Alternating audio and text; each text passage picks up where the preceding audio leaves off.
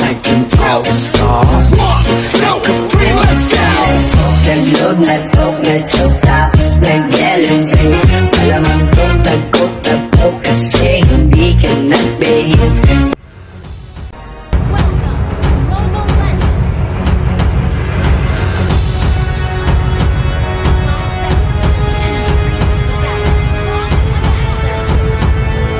Ang pagkakaroon ng malasakit sa kalikasan at sa kapwa ay unti-unti nang nawawala sa kaugalian ng mga tao ngayon. Ngunit, ibahin natin ang bida natin sa kwento na ito sapagkat siya ay hindi lang nagtataglay ng pisikal na kagandahan, bagkus busilak din ang kanyang puso.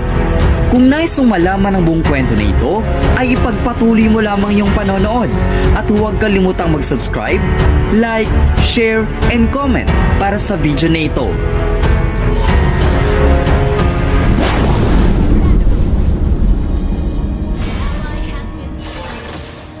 May mga rehiyon sa Lanogdon na kung saan ang kanilang kapangyarihan ay hindi nakabase sa lakas ng kanilang mahikang taglay. Bagkus, ang kapangyarihang ito ay nasusukat sa kanilang posisyon sa politika.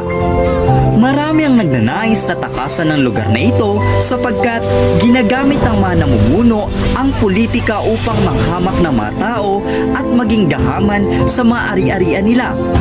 May isang pamilya sa nayon na ito na hindi nakinaya ang sistema ng pamamalakad at sila ang Regina family. Madaming taon na ang nakalipas nang magdesisyon ng pamilya na ito na takasan ang lugar na iyon sapagkat ayaw na nilang mapasailalim sa baluktot na pamamalakad ng kanilang mga pinuno. Nagdesisyon sila na lisanin ng paligid ang lugar na ito. Kaya nagplano sila na sa madaling araw ay aalis sila upang walang gaano makapansin sa mga pamilyang ito. Tumungo sila sa isang bundok sa Southern Hills ng Korean Empire. Nang marating nila ang lugar na ito ay umangang silang lahat sapagkat tila nasa paraiso sila nang marating ang bundok na ito.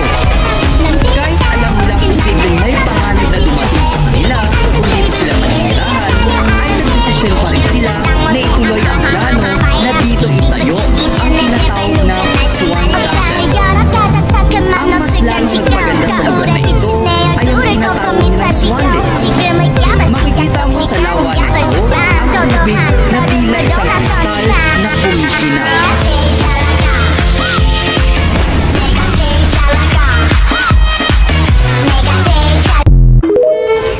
Kilalanin naman natin ang bida natin sa kwento na ito at siya ay si Odette. Noong nasa nayon pa lamang sila ay napakadami ng humahanga sa ganda ng babaeng ito. Makikita mo sa kanya palagi ang nakakahawa niyang pagngiti na mas lalong nagpapaganda sa kanyang imahe.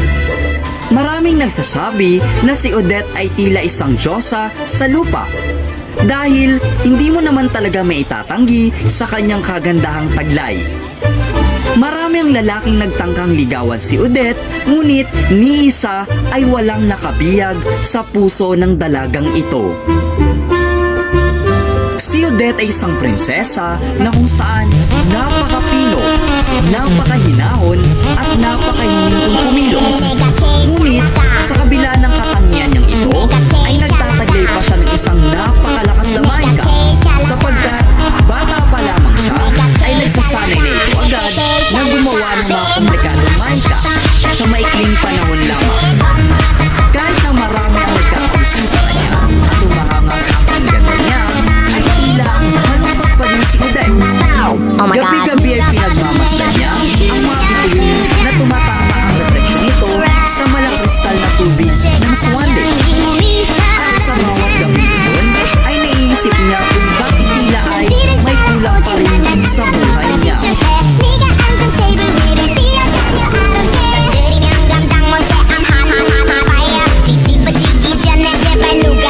Isang araw, nagdesisyon si Odette na pumunta sa lawa upang pagmasdan ito at makalanghap ng sariwang hangin.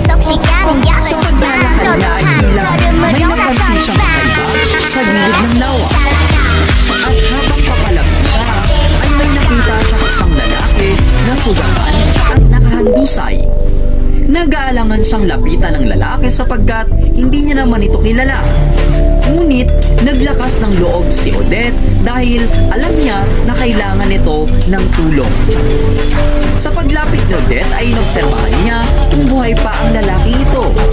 At napansin naman niya na humihinga pa ang estranghero. Hinawi ni Odette ang buhok na nakaharang sa mukha ng lalaking ito at doon ay nakita niya ang napakaamong mukha ng lalaki. Napakagaan ng pakiramdam ni Odette nang masilayan niyang lalaki na kanina lamang ay punong-puno siyang kaba sa paglapit sa kanya. Agad na ginamit niya ang kanyang kapangyarihan upang pagalingin ang mga natamong sugat nito. Nahirapan si Odette sapagkat napakalalalim ng sugat nito na malamang siya ring naging dahilan kung bakit nawala nito ng malay. Sa pagod ni Odette ay napaupo na lamang siya at sumandal sa isang puno. Hindi niya namalayan na nakatulog din pala siya. At maya-maya pa ay nagising na lamang si Odette at sa kanyang pagdilat ay hinanap ng kanyang mata ang estrangherong ito. Ngunit hindi niya ito makita kung saan ito nakahiga kanina. At sa pagbaling ng mukha ni Odette sa kanang bahagi ay naroroon pala ang lalaki na tila natatawa sa reaksyon ni Odette dahil sa naalimpungatan yata ang dalaga. Natulala na lamang si Odette sapagkat ang lalaking iyon ay may